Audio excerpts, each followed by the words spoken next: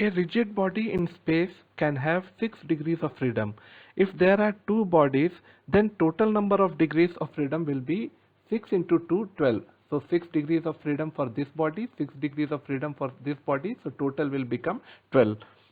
But when two bodies are joined together to form a pair, when we bring these two bodies together to form a pair, in that case, the number of degrees of freedom will be less compared to total number of degrees of freedom, because this pair will restrict some motion. For example, here in this particular case, motion in this direction, linear motion in this direction and linear motion in this direction are restricted, and therefore a number of degrees of freedom for this particular case will be 4. It is only 4 because this block is kept fixed, so number of degrees of freedom for this block will become 0. So remaining is number of degrees of freedom 6, out of which 2 restricted, and therefore number of degrees of freedom will be 4.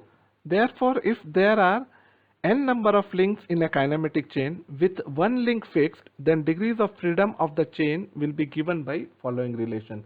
So this relation will be used to calculate number of degrees of freedom of a kinematic chain with n number of links with one link fixed. So one link fixed, therefore this total is reduced by 1 and multiplied by 6.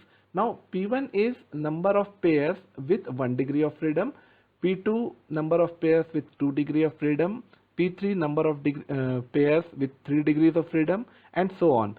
Now maximum degrees of freedom with for a pair will be P5, that is 5 degrees of freedom, because a pair definitely reduce at least 1 degree of freedom. Therefore maximum degrees of freedom which can be obtained by a pair is 5 degrees of freedom. Now this relation, it is called Kurzbach's criterion. Now this is an example of 1 degree of freedom pair, and this is an example of 4 degree of freedom pair, that is P4. It comes under the P4 category, and this pair comes under P1 category. In many mechanisms, motion of links will be in a same plane as shown in figure. Here you can see all links are moving in a single plane. Here also all links are moving in a single plane. This type of motion is called planar motion. In this type of motion, for a rigid body, number of degrees of freedom will be 3 only.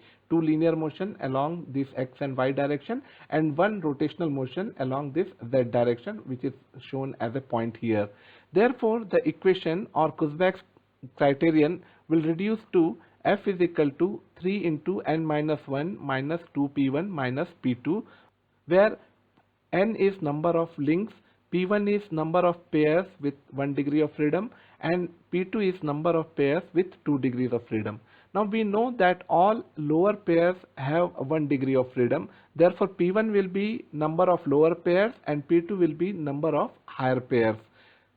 Now further, many mechanisms don't have any higher pair. In such type of condition, this equation will become, just keep P2 is 0. So this equation will become this one, where P2 I have removed. So this particular equation is called Grubler's criterion. Now for a kinematic chain, if number of degrees of freedom is less than 1, you will get a structure or redundant chain. If F is equal to 1, then you will get constrained kinematic chain, and if F is greater than 1, then it is called unconstrained chain. Let us take some examples.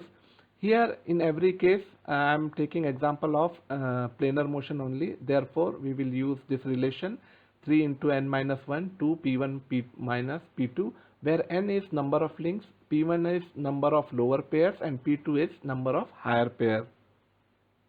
So this is first example. Now, so in this particular example, number of links is 8.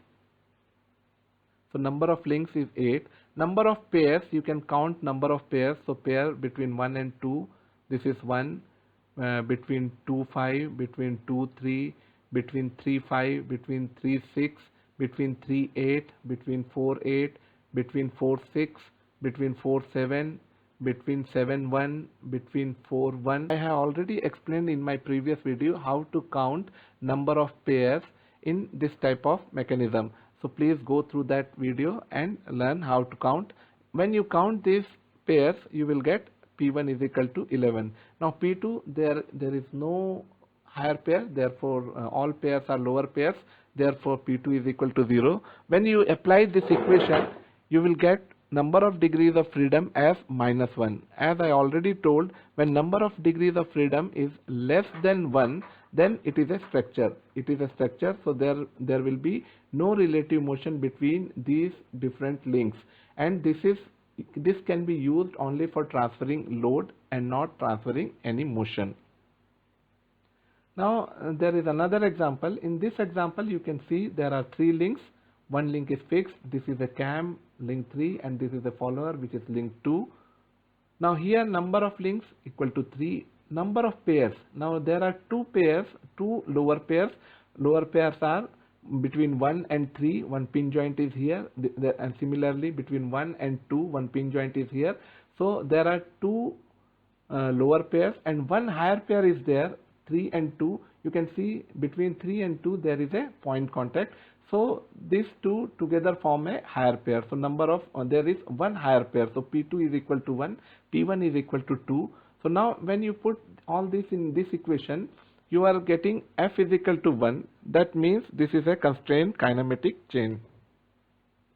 Now third case, here number of links are 5, 1, 2, 3, 4 and 5. So number of links 5, and number of lower pairs again 5, 1, 2, 3, 4 and 5, and there is no higher pair, so P2 is equal to 0. When you put all these, then you are getting number of degrees of freedom as 2. Therefore this is an unconstrained kinematic chain which requires the two independent variables for defining its orientation. Thank you.